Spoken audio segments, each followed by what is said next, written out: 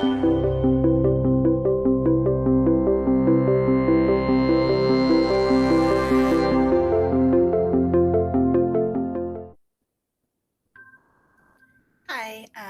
my name is Gotfried. I am an occupational therapist with Elkhart School Districts, and today I will be presenting on integrating fine motor skills in a technologically focused society.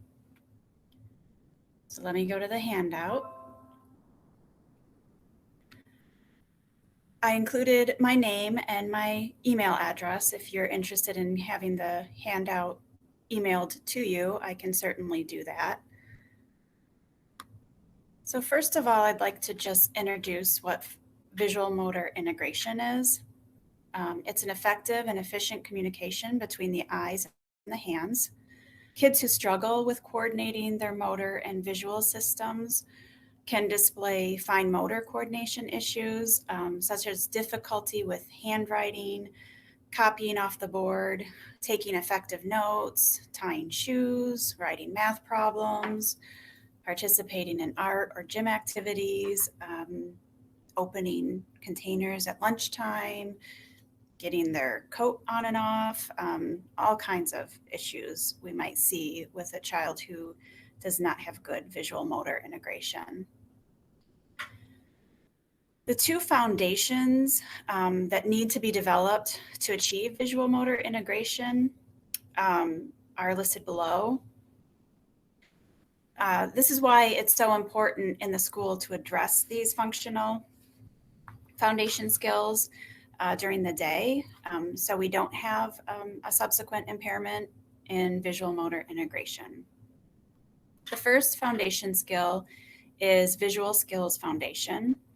This includes visual perceptual skills, such as ones that are noted when you work puzzles or mazes, functional visual skills, such as eye tracking and attending to the figures visually, so actually looking at what they're doing, and eye-hand coordination. This is important when playing catch or tracing a path between two lines. Another thing I'd like to say under functional visual skills is it can also be a part of visual acuity. So it's always important with our kids to be looking at their actual ability to see. So eye screenings are very important as well. Motor skills foundation. This includes shoulder girdle strength, which is addressed through like activities such as the bear crawl, gross motor play such as climbing, and then fine motor skills.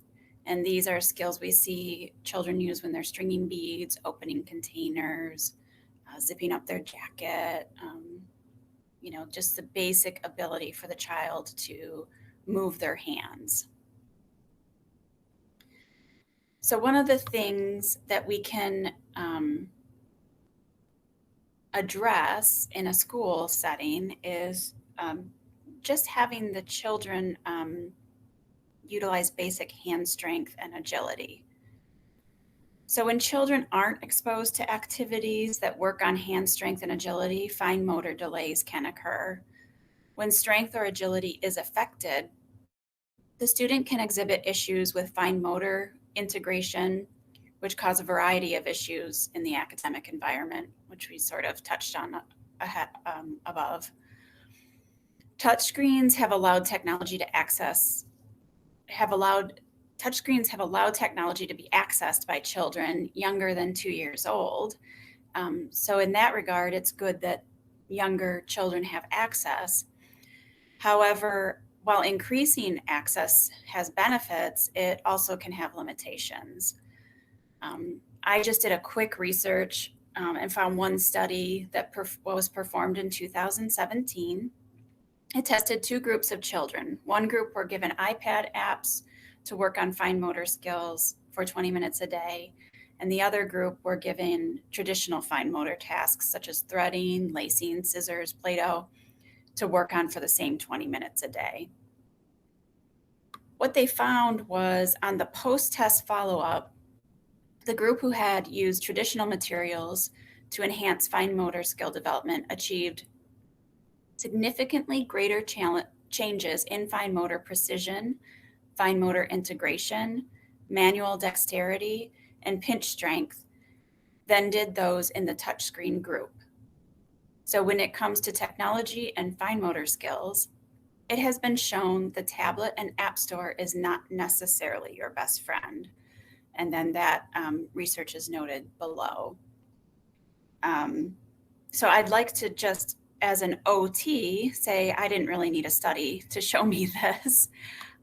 Because if we go back up to these foundation skills up here, when you think about a touch screen, you think about finger isolation. They're typically using their index finger only. So while it can be effective in developing these visual skills foundation, so eye tracking, some visual perceptual skills, minimal eye-hand coordination because you're only using your index finger typically in a touchscreen. But what it misses entirely is the motor skills foundation, right? You're only using your index finger, so you're doing finger isolation of an index finger. However, you're not doing all these other things. And it's not really hitting on fine motor skills at all. So if you're only using touchscreen for fine motor development, you are lacking many of the foundational skills that will help with visual motor integration. And as I noted above, visual motor integration is very important for children to be successful in the academics. So since we know that visual motor integration is necessary for many academic skills, and we know that foundational development is necessary to build good visual motor integration, we must address foundational skills in the academic environment to give children the very best chance to fully access their school experience. So before I move on to the fine motor boxes, I just want to state that I know, I'd like to recognize that I know that there are special challenges this year that has been placed on educators and parents. And while we are grateful for technology and the flexibility it has afforded us during the pandemic, we must also recognize that traditional play skills are still important. So many times with parents, when I speak to parents and they ask me what they can do to help their child with fine motor skills in the home, I usually just suggest like a box of crayons and a coloring book or lined paper or blank paper. I suggest Play-Doh, all the things that maybe were thought that's not, cutting edge enough. Despite the fact that it's not cutting edge, despite the fact that it's not accessing technology, it is still the very best to build those foundational skills. So I'm an OT, and my poor children are children of an OT. So with my own children, I had several fine motor boxes at home for them. So I brought some intentionality to fine motor development. They're a great way for parents and teachers to add more fine motor skill development. And they can be brought to the dining room table or whatever table you have during the day, especially when your kids are bored. Just bring out a fine motor box, and my kids would sit with them for 20 minutes sometimes longer. So some ideas for fine motor box ideas that you can share with parents, or you can, integrate into the classroom. The first one I put was a Play-Doh box, just including a variety of Play-Doh, cookie cutters, Play-Doh scissors, rolling pin. There's several different Play-Doh toys. I've seen them at the Goodwill sometimes.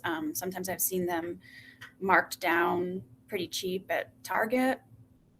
And you just put all those in a little box, like a little Tupperware bin, and that's your Play-Doh box. I always included a variety of Play-Doh colors, and I didn't regulate my kids if they were mixing colors or not. I let them mix the colors, and as long as they put the lids back on and made sure it didn't dry out, I was fine with it. Coloring box include crayons, colored pencils, markers, coloring books, lined paper, unlined paper. Give them a variety of papers that they can choose from. Sometimes kids are more inspired by coloring in a book when they see a favorite figure. Sometimes they're more inspired by coloring on unlined paper and making their own thing. A cutting box. You can include safety scissors, paper, construction paper. At the paint stores, they have paint chip samples that are great for, they're real tough, and they're great for beginning snipping with scissors. So I always recommend those because they're also firm and it's an easy snip. So include a cutting box. Excuse me. A bean box filled with dried beans or rice. You put small objects in there, such as marbles, paper clips, small toys, and you have them dig out all the little trinkets out of the bean box. A lacing box is great. You can fill with lacing cards. I've handmade lacing cards before with a paper punch and yarn. I've also found them in the stores at times. Also include in the lacing box yarn and beads and large dried pasta to string. So you can also learn to string beads and pasta. Other activities to think about in your classroom, using letter magnets on baking sheets. This is great for visual motor integration, visual attention, hand agility, because they're actually having to pick up and move the letter magnets. Lacing cards, again, those are just great for learning like a basic running stitch. You can do all stitches like a whip stitch, a box stitch, but even just the running stitch is great. Cutting activities using scissors. Play-Doh, excuse me. Play-Doh is a great one because you can shape letters with Play-Doh. You can hide objects in the Play-Doh. It works all the intrinsic muscles in the hand, so it really helps develop hand strength and hand agility. Puzzles with interlocking pieces. Those are really great for working on visual attention, visual motor integration, hand agility, because they're actually having to pick up the small puzzle pieces and fit them into the other puzzle pieces. Shape sorters, basic shape sorters are great for typically our younger kids, but those are a great way to start integrating hand and visual motor. Word finds are really good for working on visual attention. Activity books, just an old-fashioned activity book that you could pick up at a store, are filled with great things for fine motor skills, visual motor integration development. Small stickers and grid paper. Some of the students I see just love stickers so much. So I get tiny stickers and they have to peel the sticker off and try to put it in the middle of the square on a grid paper. Tearing sheets of paper. Tearing sheets of paper is really good to work on grip strength and hand dexterity. Drawing large shapes on a dry erase board or large pieces of paper. Now, when I talk about large shapes, I'm talking about actually having to cross midline. So that really helps develop skills necessary for visual motor integration. Basic coloring books and crayons. It's cheap and it really helps inspire a lot of kids to actually pick those crayons up and start using their hands functionally. Stringing pasta or cereal with yarn.